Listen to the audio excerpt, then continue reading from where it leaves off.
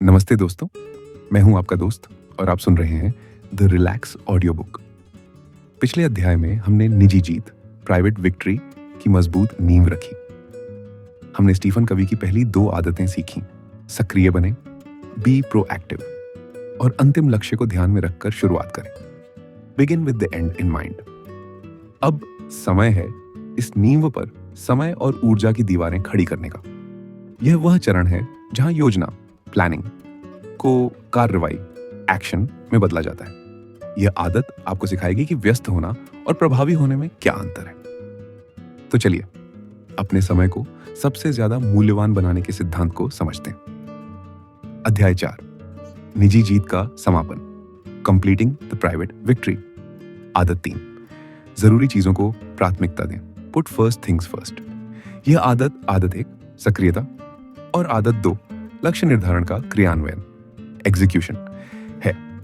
अब जब आप जान चुके हैं कि आप कौन हैं, सक्रियता, और आप कहां जा रहे हैं, लक्ष्य, तो सवाल है आप अपनी ऊर्जा कहां लगाएंगे।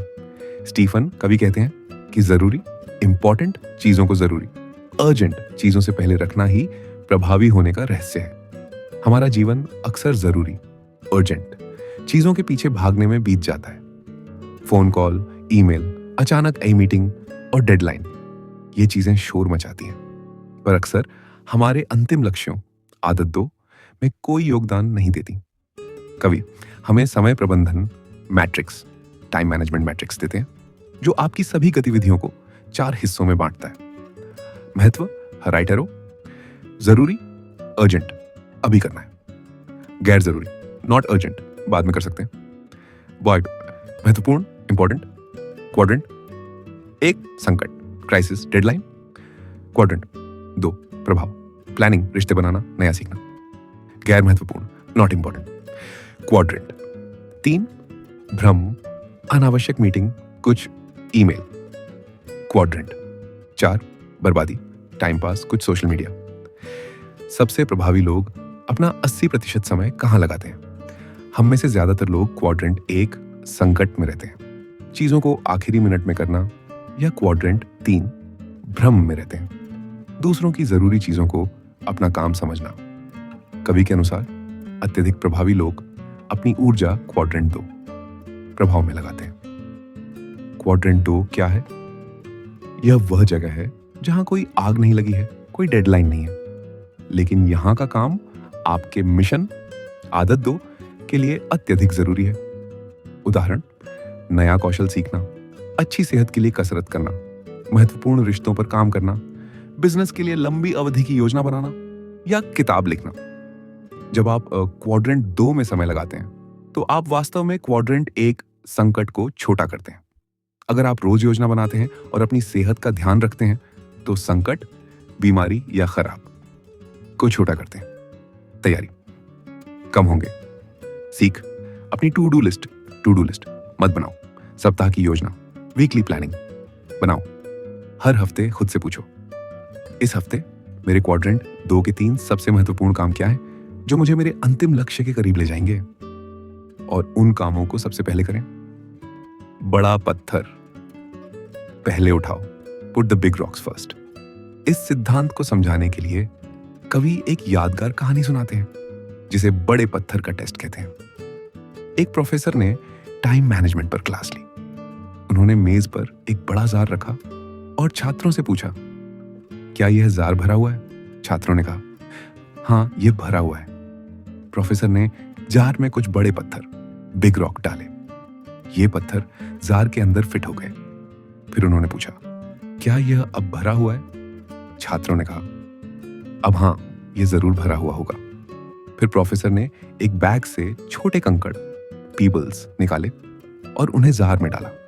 छोटे कंकड़ बड़े पत्थरों के बीच की खाली जगह में भर गए।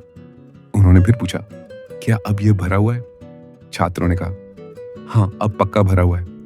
अंत में प्रोफेसर ने एक बैग से रेत, सैंड, निकाली और उसे जार में डाला। रेत ने बची हुई हर छोटी खाली जगह को भर दिया। प्रोफेसर ने पूछा, इस कहानी का सबक क्या है? एक छात्र ने तुरंत कहा, इसका सबक यह है कि आप अपनी दिनचर्या में कितना भी व्यस्त क्यों ना हो, आप हमेशा कुछ और काम करने की जगह रेत निकाल सकते हैं। प्रोफेसर मुस्कुराए और बोले, नहीं, वह सबक नहीं है। असली सबक ये है, अगर आपने जार में पहले बड़े पत्थर नहीं डाले होते तो क्या आप उन्हें बाद में डाल पाते? छात्रों ने समझा, नहीं, जीवन का अर्थ, जार, आपका समय और ऊर्जा। बड़ा पत्थर, बिग रॉक्स, आपके क्वाड्रेंट 2 के काम, वे सबसे जरूरी चीजें जो आपके जीवन को दिशा देती हैं, जैसे परिवार, स्वास्थ्य, करियर का मिशन। कंकड़, पेबल्स, रोजमर्रा के काम जैसे मीटिंग, ईमेल। रेत, सैंड, बर्बादी का समय, सोशल मीडिया, टाइम पास।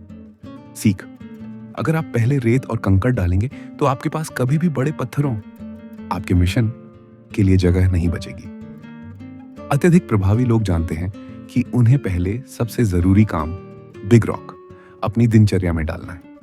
बाकी सब कुछ अपने आप उन पत्थरों के आसपास फिट हो जाएगा। अध्याय 5, सार्वजनिक जीत, पब्लिक विक्ट्री, साझेदारी की शक्ति। अब जब आपने खुद पर नियंत्रण पा लिया है, निजी जीत, तो यह स्वाभाविक रूप से आपको दूसरों के साथ प्रभावी ढंग से काम करने के लिए तैयार करता है। कवि इसे आजादी से निर्भरता, इंडिपेंडेंस टू इंटरडिपेंडेंस की ओर बढ़ना कहते हैं। सफल होने के लिए आपको दूसरों के साथ काम करने की जरूरत होगी और उसके लिए आपको भरोसा, ट्रस्ट बनाना होगा। 4, आदत 4, जीत जीत के बारे में सोचें। Think win win. यह आदत पारस्परिक लाभ, म्यूचुअल बेनिफिट के लिए सोचने का नजरिया है। ज्यादातर लोग रिश्तों को एक मुकाबला, कंपटीशन मानते हैं। अगर मैं जीतता हूं तो तुम हारते हो, या अगर तुम जीतते हो तो मैं हारता हूं। कवि 6 तरह के पारस्परिक व्यवहार, इंटरपर्सनल पैराडाइम्स बताते हैं। जीत हार, विन लूज। मैं जीतता हूं, तुम हारते हो, अधिकारी, तानाशाही। हार जीत, लूज विन। तुम जीतो, मैं हारने को तैयार हूं। शांति बनाए रखने वाले लोग खुद को दबाते हैं। हार हार, लूज लूज। अगर मैं नहीं जीत सकता तो मैं तुम्हें भी जीतने नहीं दूंगा।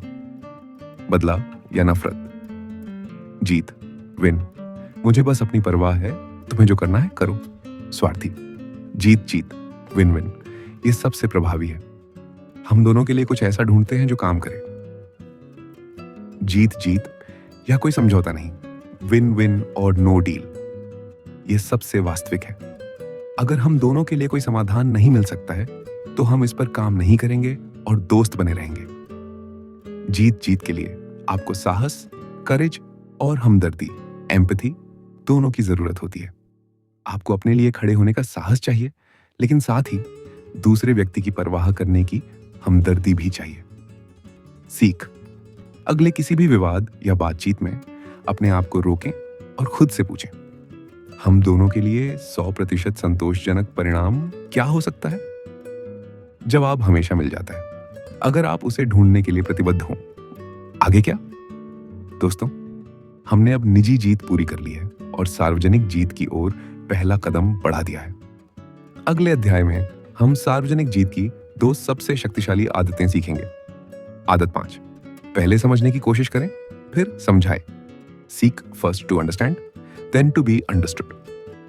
आदत 6, तालमेल बिठाएं, सिनर्जाइज। यह सफर यहीं जारी रहेगा। अगर आपको यह अध्याय पसंद आया और इसने आपकी उत्पादकता की समझ को बढ़ाया तो द रिलैक्स ऑडियो बुक को सब्सक्राइब करना न भूलें। धन्यवाद। मिलते हैं अगले अध्याय में।